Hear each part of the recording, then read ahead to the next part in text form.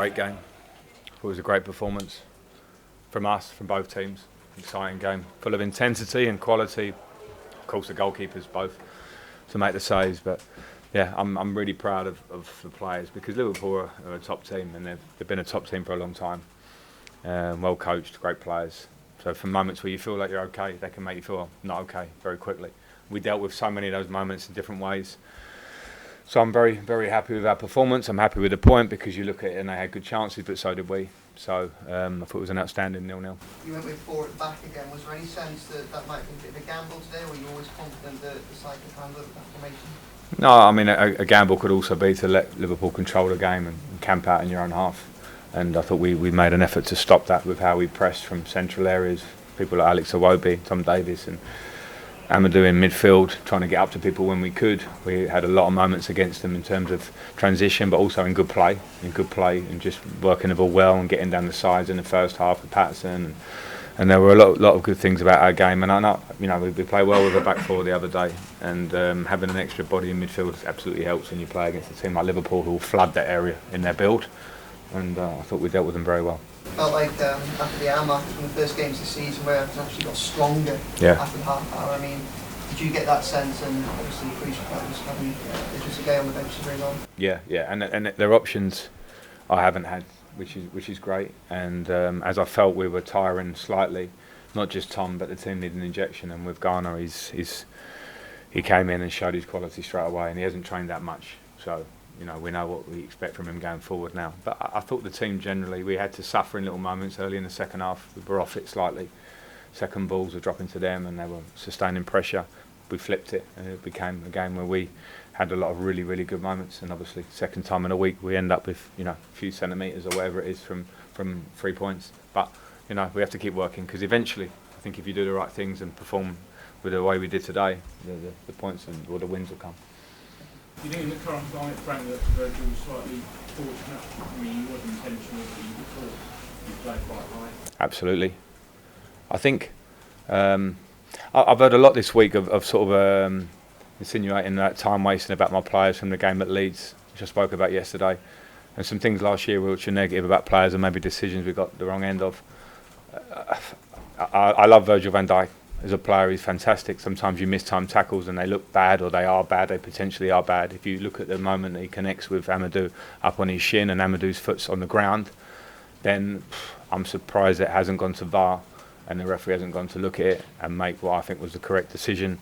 I haven't been asked that much about it in the media. Let's see it doesn't matter now, but for me it was a red card, and of course that changes the face of the last 20 minutes, whatever it was. And probably relief when Armour actually got up. Sure. Some talk before this derby and other derbies not that long ago recently about bad tackles, and again I think a lot of people were going, okay, well, what are the players? The ref just has a job to do and VAR do, and I just think they got that one wrong in my opinion. Frank, Jordan Pickford obviously gets a lot of scrutiny as the England goalkeeper. Superb today. What would you make of this? Yeah, I mean absolutely superb. The save from Núñez in the first half, where I think we were as comfortable as you can be against Liverpool up until then, and then a moment of quality of Núñez and then Diaz, but the fingertips he gets to that, and then second half makes a lot of saves which were just of a world class, extremely high level, and he did it for us at the back end of last season.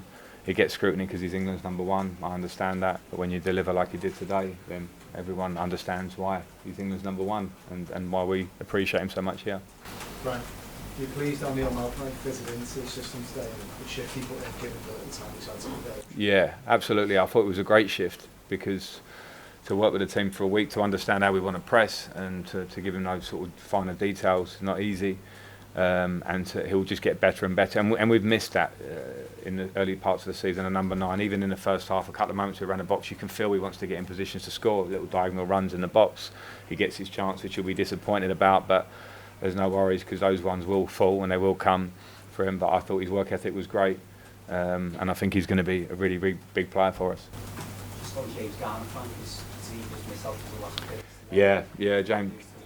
Yeah, James has had a bit of the 2 weeks of uncertainty in terms of where leaving Manchester United and in the end coming to us. He hasn't been able to train at a level, and I spoke with him yesterday, and we decided he needs at least a good week's work. We've got a lot of competition, we've got a lot of things where Tom Davies performs to make a decision that he has a lot of time out last season and seems to really get himself in around the box to do the best.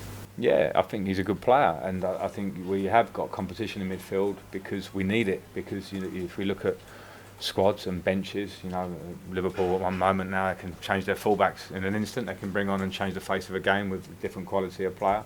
Midfield isn't generally an area of the pitch where you want to gain control of a game, or at least be really competitive in a game, expend a lot of energy in a game. And we've looked at that, and I've looked at that and found it an area that we're wanting to improve. And I'm really impressed with the first shoots of those improvements, and I think we'll see more of that as the younger players and Arna and Ghana develop, and Ghana Gay and the players that we've got in there, like Alex Iwobi, playing like a real top level midfielder, in my opinion. So it can start to look like a really strong area for us. Last year, Mm. You get the sense that even though you haven't got that win to real confidence, from what you can see, the improvements are so obvious. Yeah, I think so. And the points are unfortunate. It's unfortunate that we aren't on probably what points we feel we deserve, or what you think you would get off the back of the performances that we've had. We should be towards double figures, in my opinion, but we're not. But the good thing is, I think you see the fans' reaction at the end of the game and during the game. They see a team that's working really hard, showing the passion that they want, but also playing. I thought we played quite well in phases today, and we'll get much better at that as we go along, because we've got players who want to receive the ball and want to play from behind and play through lines. You saw the calmness that Garner gave us when he came on at certain times. So we'll work on that and we'll get better, and we want more points for sure. But the good feeling is a good thing, because I think the players should feel that, and if we keep performing near the level, around the level that we did today, and get better, then I think those wins will come.